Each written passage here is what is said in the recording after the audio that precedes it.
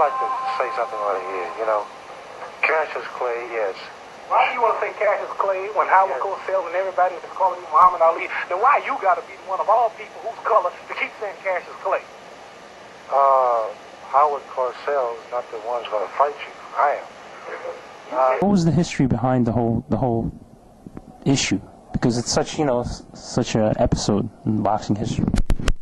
Well, it did. I mean, I knew Muhammad Ali, you know, from the amateurs, and it wasn't like I just met him and now that we're fighting. We had met, we fought on the same card a couple of times, so I knew him. And when he was talking all this stuff that he was talking, it just didn't register with me. And just like he say, I called him Cassius. Well, I did call him Cassius because at that time he had just registered this new name that I wasn't familiar with. And and then you got to get used to calling him anyway. You've been calling the guy Cassius ever since you've known him, and now he gives you another name. I really didn't mean to call him that. It wasn't done in no mean streak. But that's just the way it happened. You're really hard on yourself now. You keep the thing in the sport angle. Why don't you call me my name, man? Well, what's your name? You told me your name was Cassius Clay a few I years never ago. told you my name was Cassius Clay. My name is Muhammad Ali, and you will announce it right there in the center of that ring after the fight if you don't do it now. For the benefit of this broadcast, him.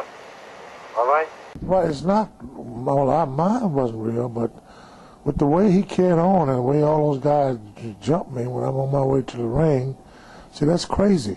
And so I think he took it too far, or his guys took him too far, because they come putting their hands on me while I'm going to the ring. You just don't do that, you know. And but that's what they did.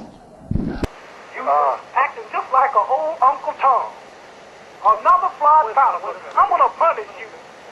You ain't got no... Back off of me.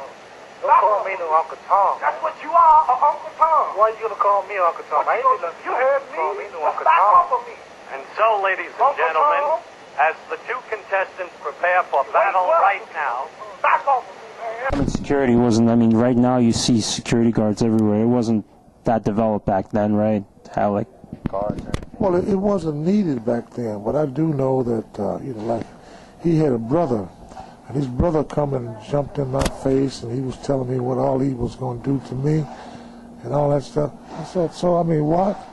So I, you know, wanted to get him out of there, so that's what my trainers and people did, grabbed him and took him out of there. So he may have gotten mad or something like that, I don't know for sure, but, you know, you just don't do that, you know, and so that was part of all the build-up that I thought what we was doing, but somehow my suit got torn up for wrestling with one of those crazy guys, and you know, you don't do that. You just don't do it. What were some of the things he said to you? Well, he would say that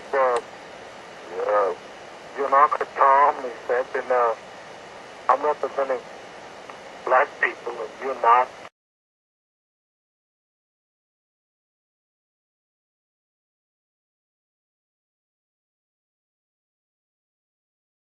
What are you doing now, you know? Keeping yourself busy. I have a janitorial company in Chicago, and that's what I'm doing. I'm had a contract with the city where I clean the jails and schools. I've been doing pretty good.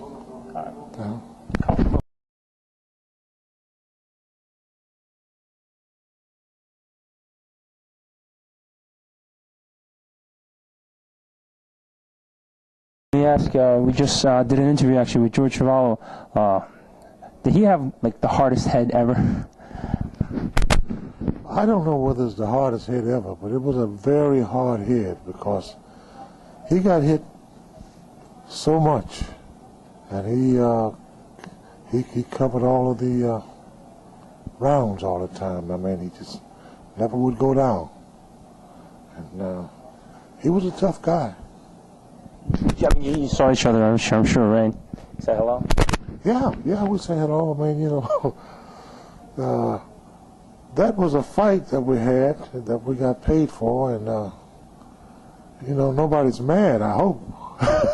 So naturally, we would speak to each other and congratulate each other on the fight, and all the other stuff that he'd done was good. So, that's the way fighters is. There's no grudge like the way they portray sometimes. No, he's going to say he thought he won, and he could say that. Then I won the fight, so no matter what he say, the fight's over now, and it's gone. We just got to proceed with these other things that we have to do.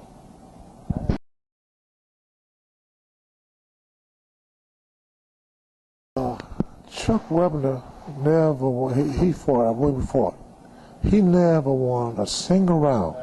He didn't even come close to winning a single round. I mean, they were so bad until Ring Magazine got an asterisk there, if you would check it out, that it would always be there because of the bad decision that went Costa gave that fight to Webner. And Webner's just somebody who got in there to try to go the distance, and he wasn't even trying to win. I didn't think he was just out there trying to hang in there. So, and that was just a bad thing to happen to somebody. But that's the way it did. But if you look in Ring Magazine, they got an asterisk about that fight, because he lost that fight so bad, and yet they gave it to him. Do you follow the sport right now?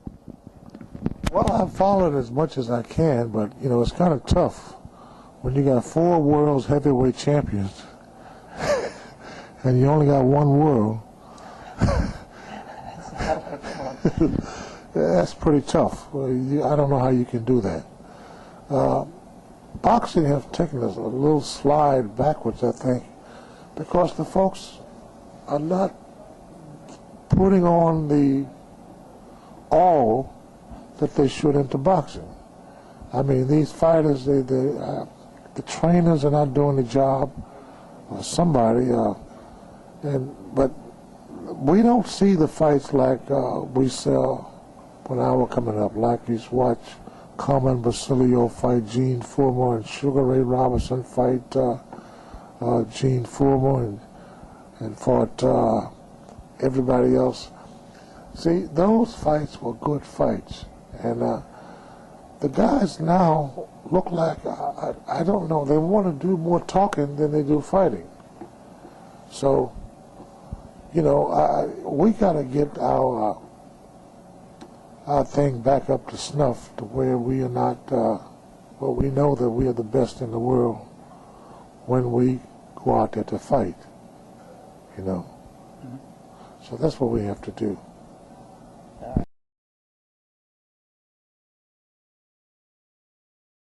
You were a singer. Is that true? Yeah, I did sing. I sung in Vegas. I was on all kinds of television shows, Tonight Show, Ed Sullivan Show, Jack Benny's. And I fought in all of, I worked in Vegas and the Fountain Blue in Miami. I worked all of the big clubs. So yes, I guess that makes sure that I was singing, yeah. You think you're a better, because Larry Holmes, he was also a singer. You think you're a better singer than Larry? Well, I can't say I am, because, singing is if you like, that's in the eye of the beholder. Who do you like the better? But, I'm pretty sure if Larry can sing, that he would probably do well, because he's a guy that do all he can on things like that. So I would like to see him be successful if he's singing.